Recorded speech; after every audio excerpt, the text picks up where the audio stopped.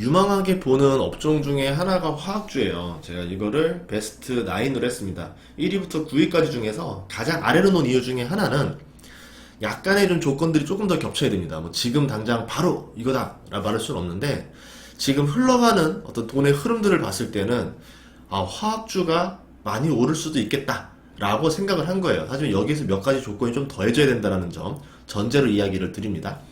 그럼 화학주가 왜 오를 거라 생각을 하느냐 라고 설명을 할 건데, 내용이 좀 길어요.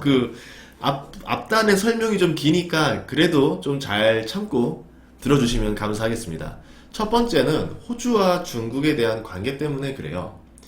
지금 호주와 중국의 관계가 굉장히 안 좋은데, 안 좋게 된 이유가 있습니다. 뭐 여러 이유가 있었지만 우선 표면적인 이유로 봤을 때 호주가 이제 그 코로나에 대해서 중국 책임론을 물었죠. 이거 중국 쪽 책임이니까 조사 좀 합시다 이랬더니, 이제 환구시보, 중국의 환구시보가 이런 말을 합니다.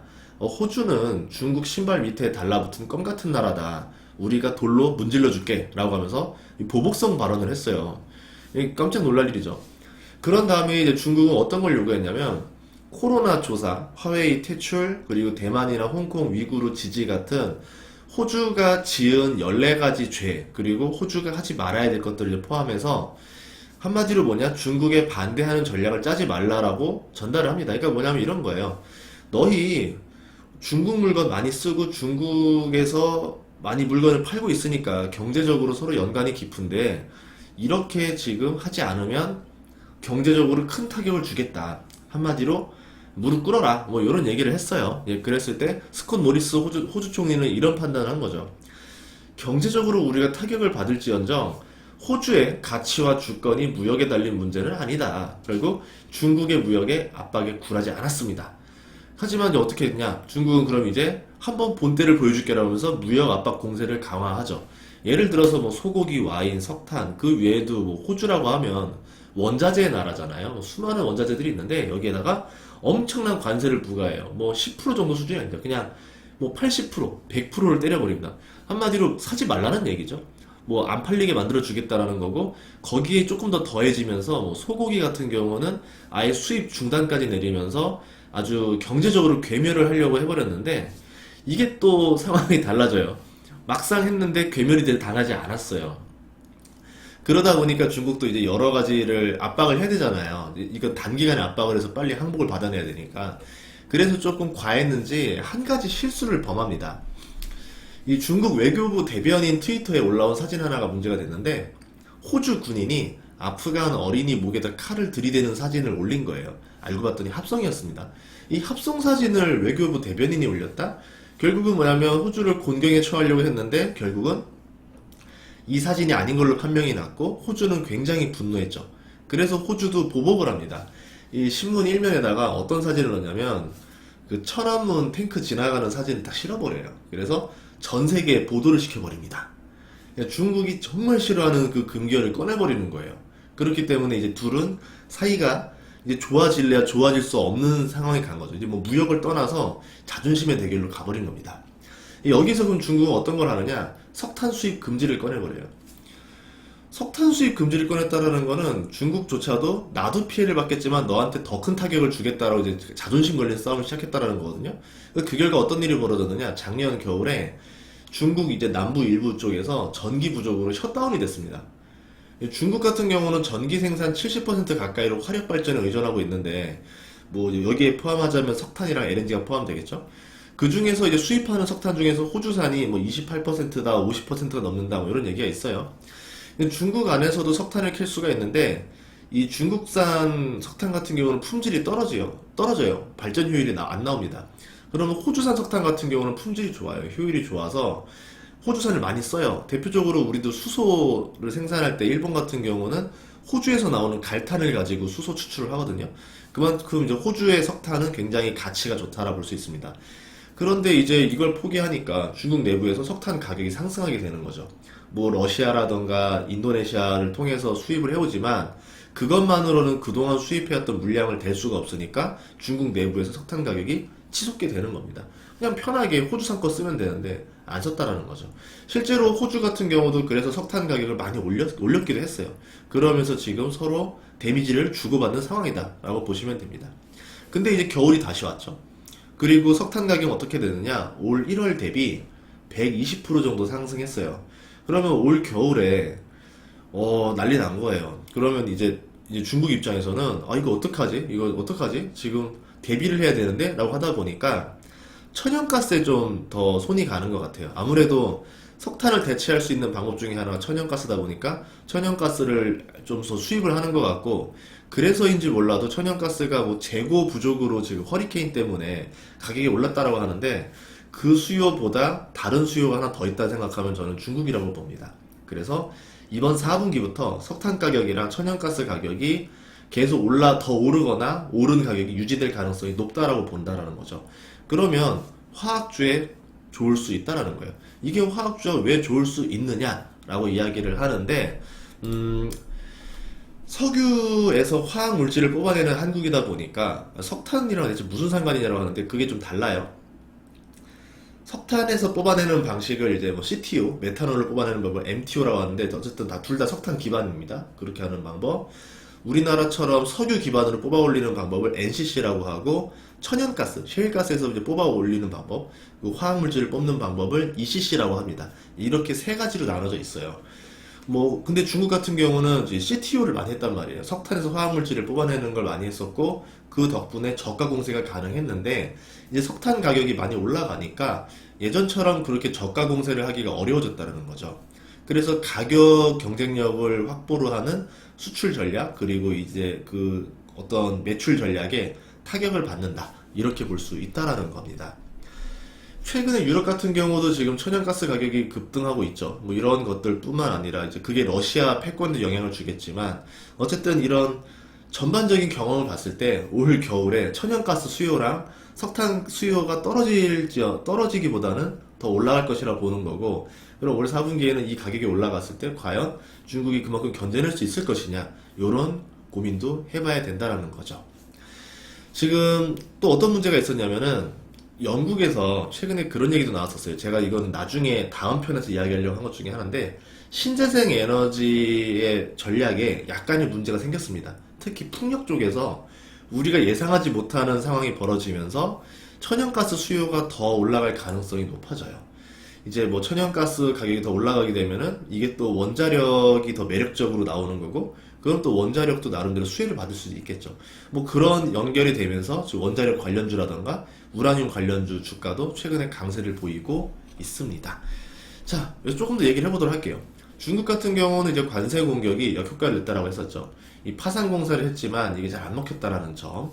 그리고 이제 그 과정에서 철강석 가격이라던가 뭐 나머지 가격도 많이 올랐어요. 대표적으로 철강석 가격 오른 거 한번 보여드릴게요. 보다시피 철강석 가격이 유례를 볼 수 없을 정도로 올라버렸습니다. 이거는 미국 철강 코일 가격인데, 기본적으로 철강석 가격이 4배 정도 올랐거든요. 코로나 저점 대비. 그러니까 지금 얼마나 지금 상황이 난감해졌는지 알 수 있겠죠. 참고로 철강석 같은 경우는요, 호주 철강석 품질이 굉장히 좋아요. 이게 또 중국까지 거리도 가깝기 때문에 굉장히 많이 쓰이고 있습니다. 거의 60% 정도가 호주산에 의존하고 있었거든요. 나머지라고 해봤자 뭐 브라질산이나 인도산이 있는데, 브라질산 같은 경우는 좀 거리가 멀어서 운송비 부담도 있고 코로나 때문에 생산량도 좀 줄었고요.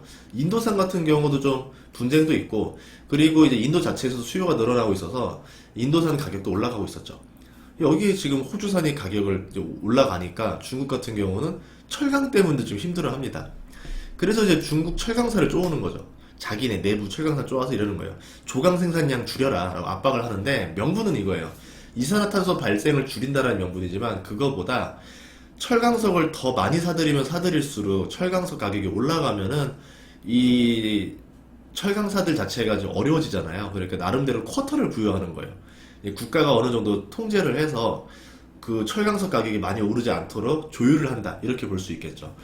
그래서 2달 전에 이제 톤당 220달러까지 올라갔었어요. 그러다가 지금 최근에 호주산 철강석 가격이 120달러까지 좀 떨어지긴 했는데, 이게 언제까지 통제를 할 수 있을까에 대한 좀 걱정도 있긴 합니다.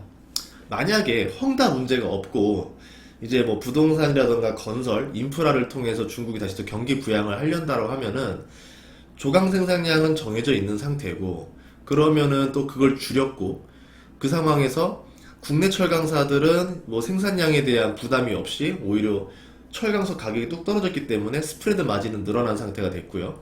그리고 철강 가격도 이미 한 번 더 인상을 한 상태니까 내리진 않을 거예요. 뭐 예를 들어 석탄 가격이 올랐으니까 철강 가격을 내릴 수 없습니다. 뭐 이런 핑계를 대겠죠. 그렇게 되면은 철강사들한테도 굉장히 호재가 될 수도 있어요.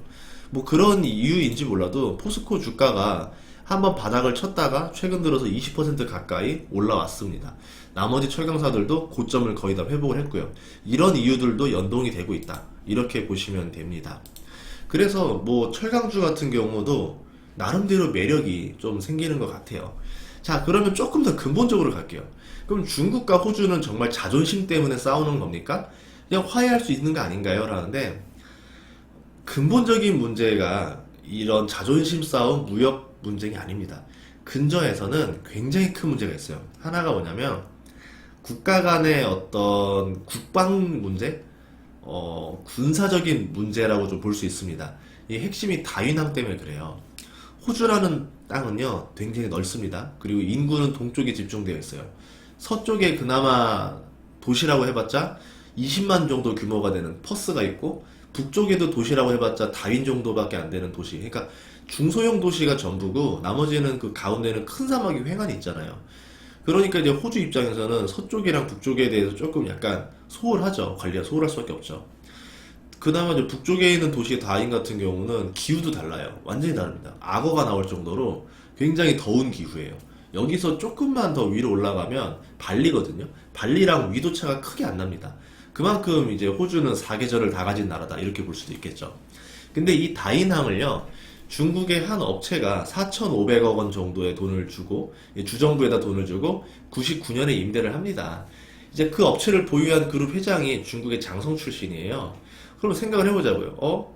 이상한데 이거 많이 들어본 스토리인데, 예, 그거예요. 한마디로 뭐냐면 다윈항이 전략적 요충지라고 판단을 한 거고, 이거를 슬금슬금 먹어가는 전략을 쓰려고 했다는 거죠. 보통 민간 기업을 내세워서 부지를 확보한 다음에 야금야금 들어가는 전략을 쓰려 했다는 거죠.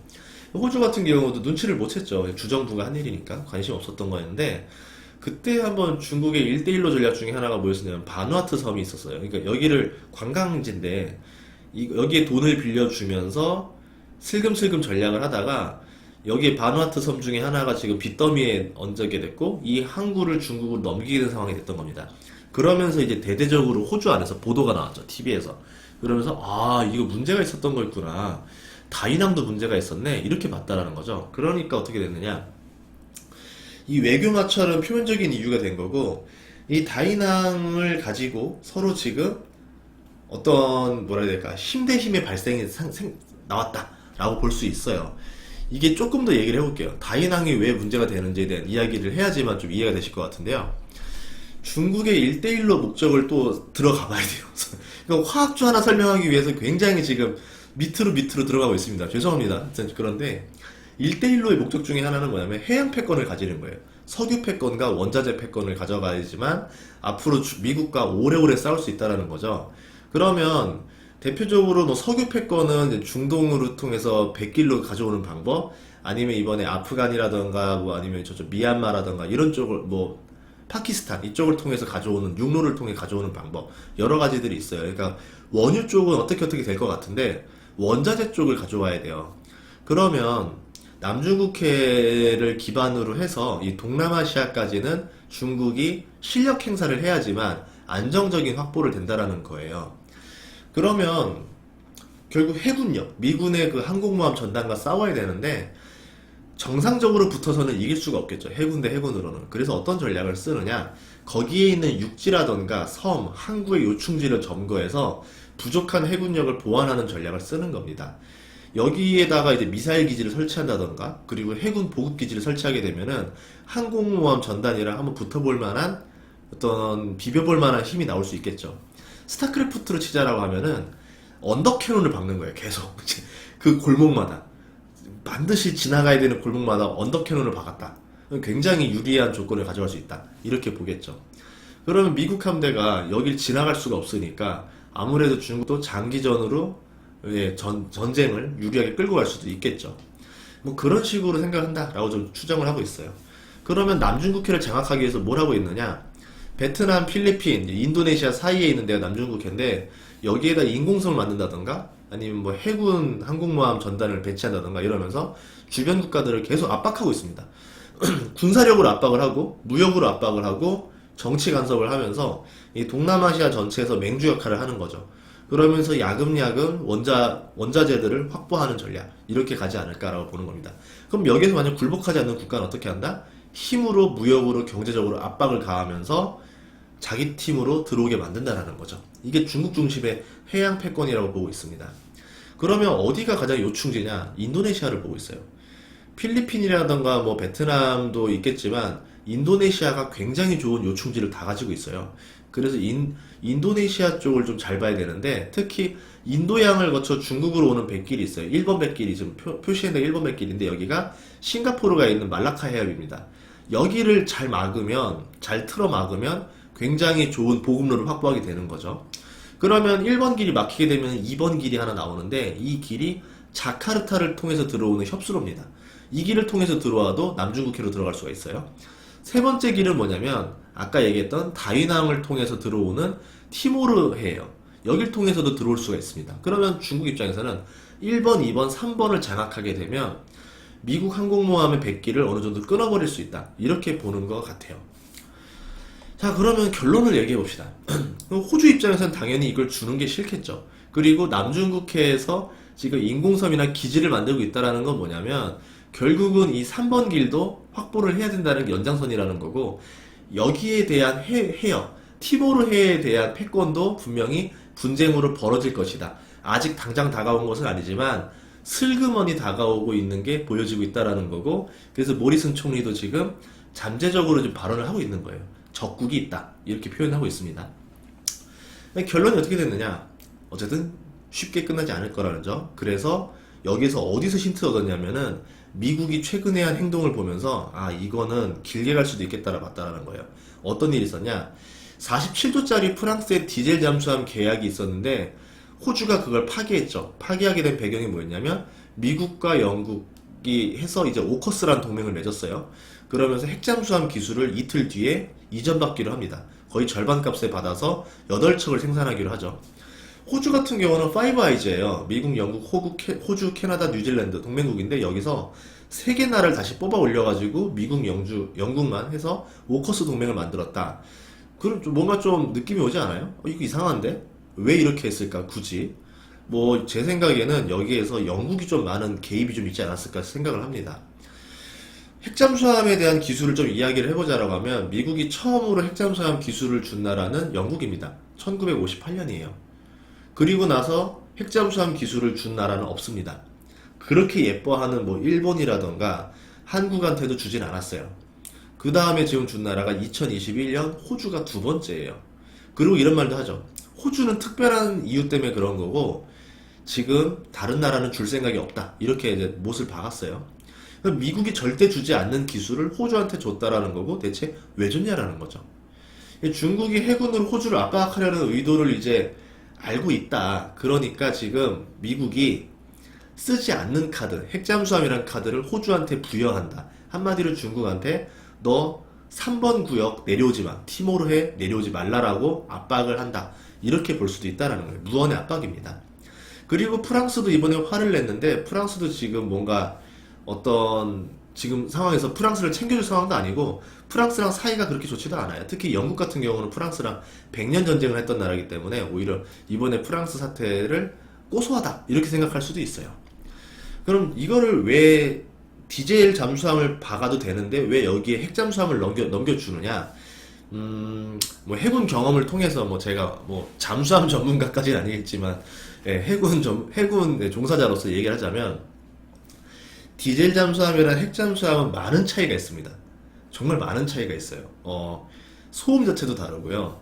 그리고 이제 핵 잠수함은 물 위에서 몇 달을 올라오지 않아도 되고 여기에 이제 맘만 먹으면 핵 미사일도 장착을 할 수가 있는데 물론 미국에서 그거는 안 할 것이다라고 했어요. 오케이. 어쨌든 그렇다 하더라도 굉장한 전략적 옵션으로 가져갈 수 있다라는 거죠. 그러면 또 이 망망대해가 이제 티모르해라던가 남중국해가 될 건데 여기서 이제 붙는다라고 했을 때 중국의 항공모함 전단이나 헬기 전단이 대잠 헬기 전단이 이 핵잠수함을 찾아낼 수 있겠다? 거의 못 찾을 거라고 봅니다. 그렇다는 얘기는 굉장히 찝찝한 거죠. 한국모함 전단이 남중국해부터 시작해서 티모르해로 오다가 격침당할 가능성도 굉장히 높아졌다는 거죠. 그러니까 함부로 내려올 수 없다. 어느 정도 나름대로 미국만의 에치슨 라인을 거버렸다고 저는 생각을 해요. 예, 그렇게 볼 수 있어요. 실제로 그 잠수함은 굉장한 비대칭 전력입니다. 전력의 열세를 극복할 수 있는 무기 중에 하나인데 제2차 세계대전 때 독일이 유보트 전략을 써서 꽤나 큰 재미를 봤다라는 걸 생각하면 이 잠수함은 아무래도 호주를 지켜주기 위한 방패다라고 볼 수 있을 거예요. 호주 같은 경우는 땅은 넓고 인구가 적어요. 정규군이 6만 명밖에 안 되고 그 중에 육군 3만, 해군 15,000, 공군 15,000밖에 안 됩니다. 15,000의 해군으로 그 망망대해를 다 지킨다는 게 거의 어렵겠죠. 그래서 아무래도 이 잠수함을 줌으로 인해서 확실히 호주의 군사력을 올렸다고 생각을 합니다. 실제로 호주도 지금 국방비를 엄청 늘렸어요. 뭐 이 사건 터지기 전부터 지금 2020-2030 계획이 있었는데 그때 국방비를 223조를 썼습니다. 그래서 지금 1년마다 23조를 투하를 해요. 군을 현대화하는 작업을 합니다. 이 중에서 해군에다 62조, 공군에 54조를 쓴다라는 거죠. 그러면 호주는 안전한 나라인데 왜 이렇게 돈을 태우느냐라고 했을 때 스콧 모리슨 총리의 발언을 생각하면 된다라는 거죠. 호주가 제2차 세계대전 이후에 보지 못한 지역적 도전에 직면해 있다. 이런 말이에요. 그러니까 잠재적 적국으로 지금 중국을 생각하고 있다는 얘기고 남중국해가 분명히 그 계기가 됐다라는 점. 남중국해를 중국이 차지하게 되면은 조금만 더 내려오면 바로 이제 호주기 때문에 호주도 굉장히 지금 군사적인 위협을 받고 있다. 이렇게 생각하고 있다라는 점입니다. 여기에 저는 영국의 이권 개입도 한몫을 했다라 생각을 해요. 이것도 제가 화학주 투자를 생각하는 이유 중에 하나인데 프랑스 디젤 잠수함 계약이 파기되는 조건이 저는 영국에 굉장히 많이 개입을 했다라 생각을 해요. 프랑스가 대놓고 말은 못하지만 크게 화내는 이유도 이거다 보는 거고 그런 파기하는 만큼에 대한 어떤 변상을 해줬겠죠. 알게 모르게. 그러니까 이제 그 두 나라의 갈등도 지금 굉장히 골이 깊어졌을 겁니다. 그럼 프랑스와 영국은 왜 이렇게 갈라지게 되느냐? 뭐 예전부터 사이는 안 좋아요. 100년 전쟁 했던 나라기도 하고 다만 이제 미국이나 독일이나 소련과 상대를 하면서 역사적으로 비즈니스 파트너로서는 충분히 좋았기 때문에 서로 이제 공생을 했다라고 보는 거고요. 이번 일을 계기로 이제 프랑스와 영국의 갈등이 어떻게 격화될지, 그럼 프랑스는 단독으로 미국과 영국과 싸울 건지 아니면 중국 편을 들어주면서 미국, 영국과 갈등 구조를 만들 것인지 이것도 잘 봐야 됩니다. 그러면 이 틈을 만약에 러시아가 비집고 들어올 수도 있다라 보는 거고 국제적인 역학관계가 약간 금이 가는 사건이긴 해요. 그럼에도 불구하고 영국이 지금 아시아를 택했다. 저는 그렇게 생각을 해요. 그 영국도요, 최근에 보면 브렉시트를 나왔잖아요. 그 이야기는 뭐냐면 EU 연합을 봤을 때 이게 프랑스와 독일의 배만 불리는 역할을 했다라는 거죠. 그래서 영국은 들러리를 했었던 거고, 부의 손실을 좀 봤다라 생각을 하는 것 같아요. 그러면 영국이 봤을 때, 유럽은 이제 더 이상 성장 먹거리가 없는 곳이고, 새로운 먹거리를 찾으러 가자. 옛날에 그 대영 제국의 본능이 남아 있어요. 그래서 어디를 판단했느냐? 아시아를 봤다. 저는 이렇게 생각합니다. 아시아는요, GDP가 빠르게 성장하고 있고, 명품 소비가 급증하고 있는 곳이에요. 그러니까 여기에서 이권 개입을 빨리 들어와야지만 영국도 먹거리를 차지할 수 있다라는 거죠. 예전에 열강들이 식민지 차지할 때 보면 서로서로 들어가서 먼저 깃발 꽂는 게 입자잖아요. 근데 지금 미국이 거의 깃발을 꽂아놓은 상태에서 영국이 지금 틈이 좀 나오는 것 같다. 미중 무역 분쟁을 볼 때 영국이 약간 어시스트를 해줬을 때 본인도 가져갈 파이가 있다라 판단을 한 거고 이 패권 개입에 들어왔다라고 보여집니다. 그 중에 어떤 키가 있었냐면 오커스 동맹이 될 수도 있고요. 최근에 뭐가 있었냐면 한국 동해 쪽에 그 영국의 항공모함 전단이 들어왔어요. 퀸 엘리자베스호가 들어와서 연합훈련도 했고 이제 아시아 태평양 구역에다가 영국과 미국의 항공모함 전단이 합쳐져 가지고 같이 운용이 됩니다. 그러면 이제 중국 입장에서는 미국 항공모함 전단만 싸워야 되는 게 아니라 영국과 싸워야 돼요. 해군의 시초가 영국입니다. 자, 그러면 이제 얼마나 이게 위력이 되냐면 항모 전단이 각자 있잖아요. 미국, 영국에. 대표적으로 그냥 하나만 얘기할게요. F-35B라는 전투기가 있어요. 그 전투기가 미국 항모 전단에는 36대가 있는데 영국 항모 전단에는 24대가 붙습니다. 그러면 이제 60대라는 F-35기를 상대해야 돼요. 이게 날아다니는 거 생각해봐요. 와, 캐리어 하나에 8개 인터셉터인데 64개 인터셉터 날아다니는 거 생각해보세요. 와, 이거는 거의 뭐 공중 깡패가 되는 거죠. 엄청난 제공권을 확보하게 된다는 겁니다. 여기에 이제 호주 해군도 뭐 이제 잠수함을 만들어가지고 합세를 하게 되고 이렇게 되면은 뭔가 느낌이 그런 거죠. 그냥 이게 미국이 혼자 싸워도 되는데 명분을 만들고 있다는 느낌? 약간 영화에서 어벤져스 영화 보면 타노스를 잡기 위해서 어벤져스들이 뭉쳐가지고 싸우잖아요. 그러면서 뭐 하는 거예요? 우리가 이겼어. 내가 이겼어가 아니라 우리가 이겼어. 그러니까 약간 뭐가 선과 악의 구조 그에서 여기를 악으로 몰고 자신들의 팀을 선으로 몰기 위해서 나름대로 어떤 그 패를 정하는 느낌? 이렇게 저는 보고 있습니다. 그렇기 때문에 영국도 그거를 눈치채고 들어온 게 아니냐 이렇게 본 거고 그만큼 아시아 시장이 매력적이다라 본 겁니다. 그럼 어떤 먹거리가 가장 클까요? 대표적으로 중국이 가장 크겠죠. 중국이라는 데는 그 먹거리를 유대인 세력들, 뭐 글로벌 자본 세력들한테 던져주지 않고 스스로 컸습니다. 중국 공산당이 그 개방을 좀 제한적으로 하면서 외국의 투자를 제한적으로 받으면서 나름대로 그 큰 파이들, 특히 금융이라는 파이를 그 국가가 가져가고 있죠. 근데 이거를 열고 싶은 거예요. 이제 강대국들은 열어라. 이거 이제 보통 다 그랬어요. 뭐 일본도 그랬을 거고 한국도 그랬을 거고 우리나라 IMF 끝나자마자 열강들이 와가지고 대한민국의 은행 주식들을 헐값에 거의 다 가져갔죠. 지금도 그 지분 구조를 보면은 하나은행, 신한은행, 국민은행 그리고 하나 더 있는데 갑자기 기억이 안 나네요. 그래서 그 은행들이 우리나라 게 아닙니다. 거의 60%에서 70%가 다 외국인 지분이에요. 거의 다 넘어가 있습니다. 이제 그런 먹거리를 열어버리려는 게 아닌가 이렇게 보고 있습니다. 뭐 중국도 마찬가지고요. 그리고 이제 동남아시아 국가들도 GDP가 굉장히 빠르게 상승하고 있습니다. 여기에 인구 구조도 영향을 많이 끼치는데 선진국들 인구는 지금 다 저출산이랑 노령화 덫에 걸려서 성장성이 많이 떨어졌고요. 인구와 인도랑 중국의 인구만 해도 30억 명이에요. 여기에 세계 4위 인구 국가가 인도네시아입니다. 그리고 이제 인구 평균 연령대를 보면은 거의 굉장히 젊은 연령대가 인도네시아랑 또 인도 이런 나라고 뭐 아직 중국도 뭐 노령화라고 하지만 아직 뭐 인구 자체가 워낙 크고 하니까 베트남도 그렇고 아직은 충분히 GDP 성장이 이루어질 거라고 보는 거겠죠.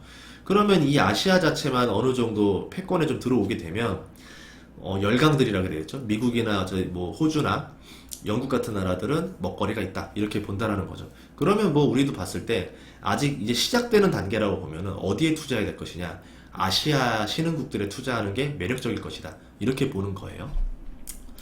자 어쨌든 석탄 가격 이야기를 그대로 할게요. 이제 드디어 나왔어요. 자 이제 석탄 가격이 상승하게 되고 올겨울에 더 상승할 거로 예상되면서 화학주에 해가 뜬다 이렇게 보는 거죠. 물론 화학주 주가도 좀 올랐습니다. 그리고 화학주들의 수익도 어마어마했습니다. 올해부터.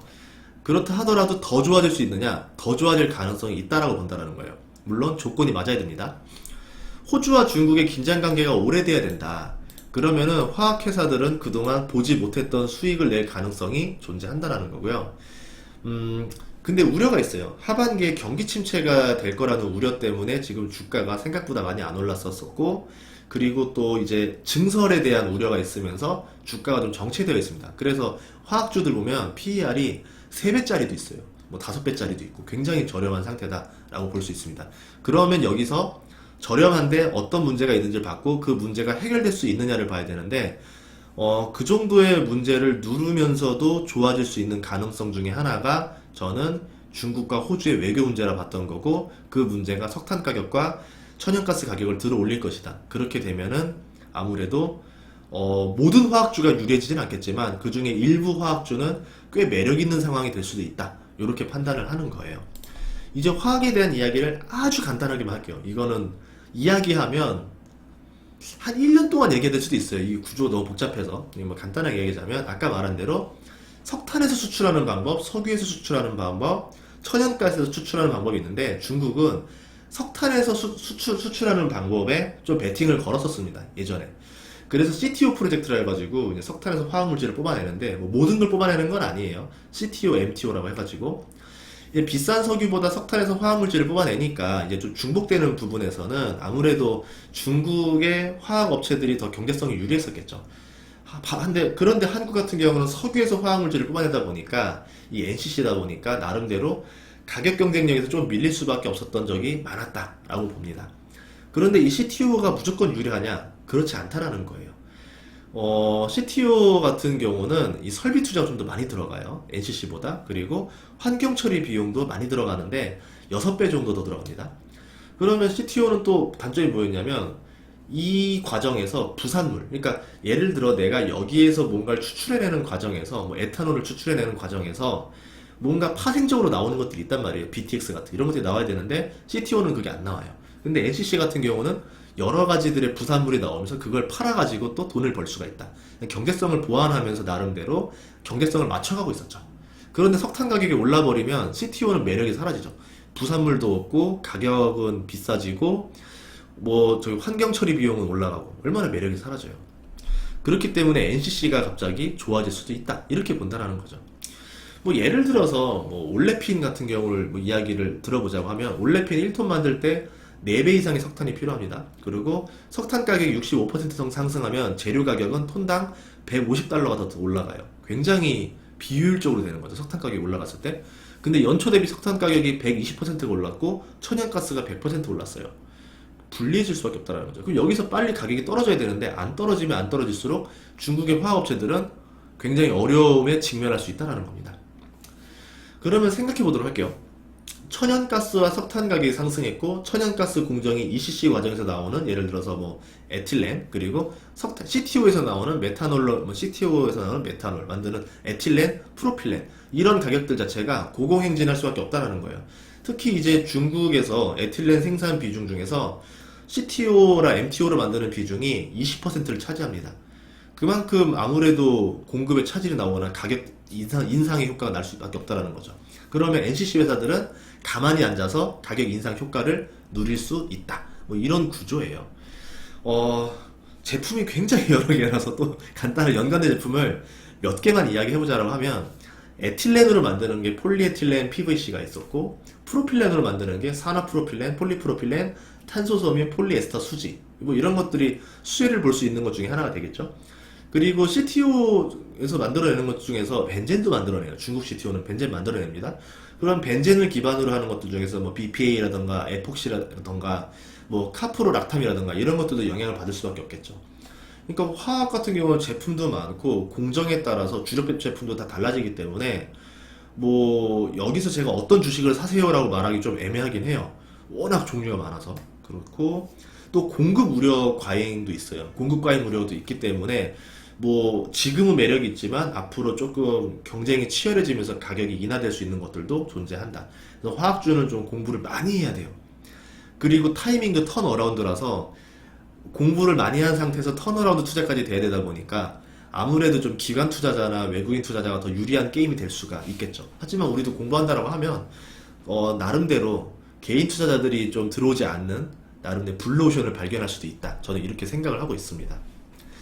어쨌든 화학 제품이 모두 좋을 수는 없다. 이 중에서 고려해야 될 점이 뭐였냐면 경쟁사의 증설 물량 그리고 수급 변화, 석탄이랑 천연가스 가격, 뭐 유가 가격도 봐야 되겠죠. 여기에 경기 침체 우려까지 봐야 되고 이제 외부적인 충격도 봐야 되는데 대표적으로 헝다 사태 같은 게 있어요.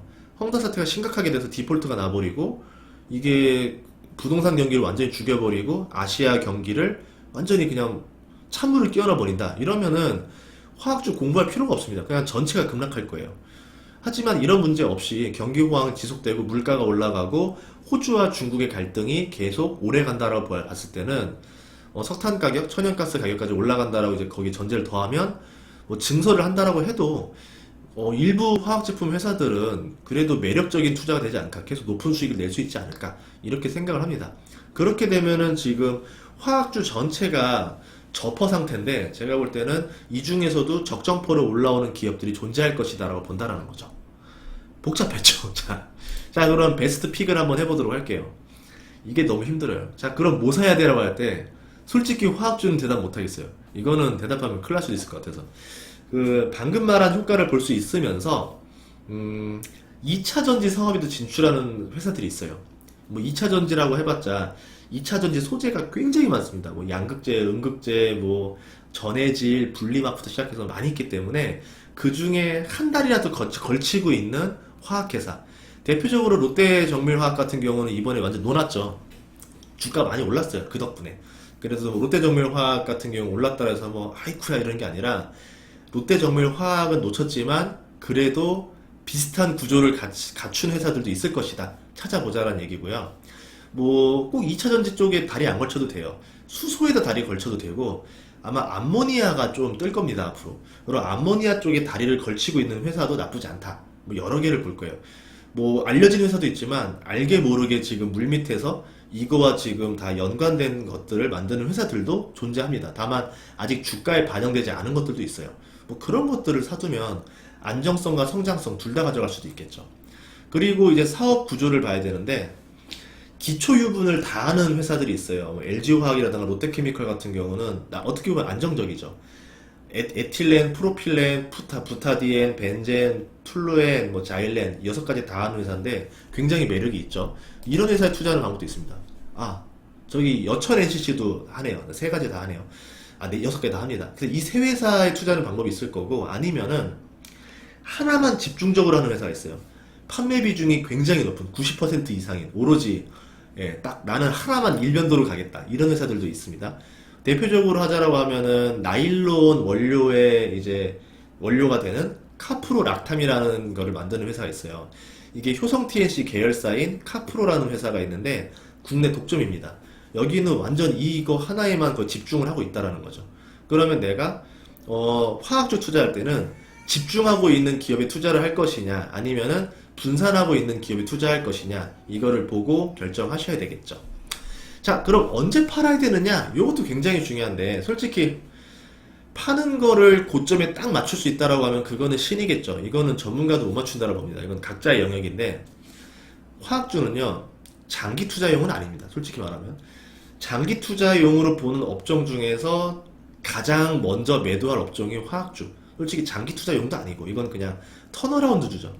그래서 화학주는 저점에 사서 고점에 파는 전략을 써야 된다. 근데 지금이 이익이 좋아져서 저퍼인 거지 주가상으로 보면은 저점은 아니에요.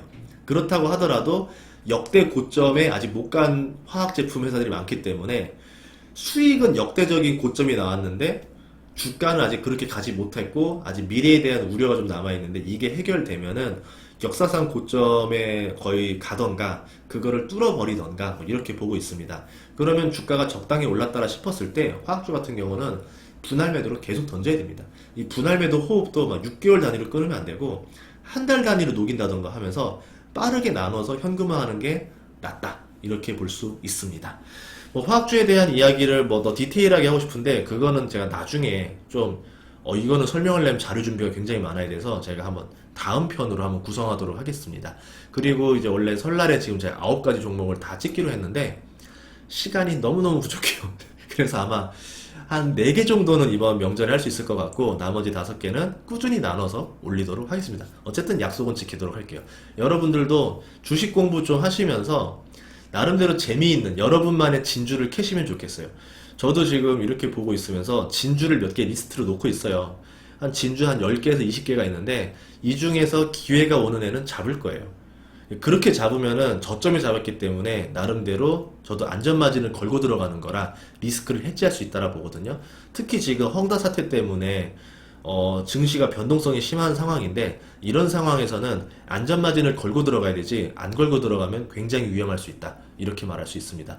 자, 다음 시간에도 좋은 정보로 찾아뵙도록 하겠습니다. 앞으로도 구독과 좋아요 많이 부탁드리겠습니다. 감사합니다.